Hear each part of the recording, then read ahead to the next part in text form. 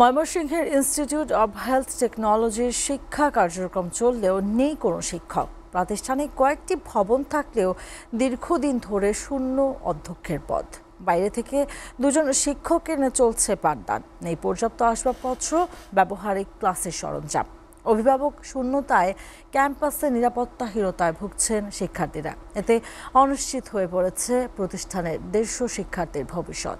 স্বাস্থ্য শিক্ষা অধিদপ্তর বলছেন 3 মন্ত্রণালয়ের সমন্বয়ে দ্রুত জনবল নিয়োগ দেওয়া হবে। ময়মনসিংহ থেকে আওলা জুবেলের প্রতিবেদন।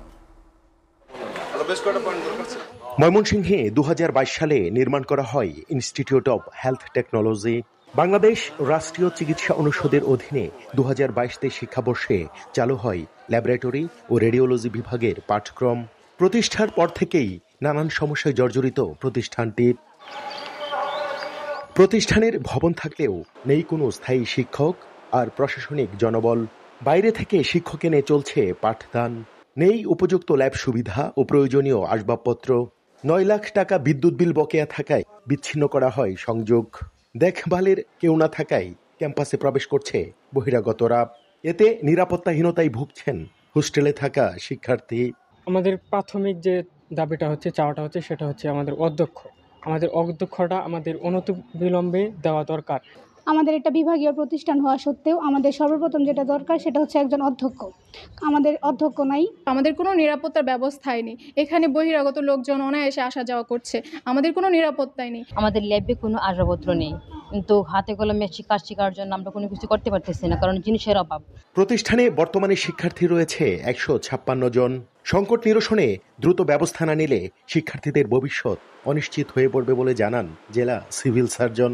যেহেতু সরকারি প্রতিষ্ঠান, সরকারের দায়িত্ব আছে এবং তাদের অনেকেই তো এখানে পড়াশোনা করবেই আসছে।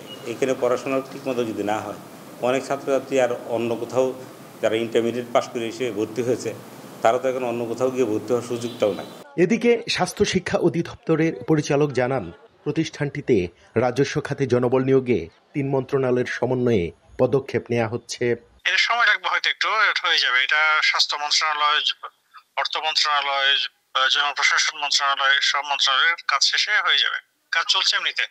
এটা তো সদ্য প্রতিষ্ঠিত, এটার কাজ চলছে। এটা জনবল অবকাঠামো হয়ে গেছে, জনবল এবং তাদের রাজস্ব খাতে স্থানান্তরের কাজ চলছে আর কি। শিক্ষার পরিবেশ ফিরিয়ে আনতে 6 দফা দাবিতে দীর্ঘদিন ধরে আন্দোলন করে আসছে ময়মনসিংহের ইনস্টিটিউট অব হেলথ টেকনোলজির শিক্ষার্থীরা। আওলা জুবেল, এসএটিভি, ময়মনসিংহ।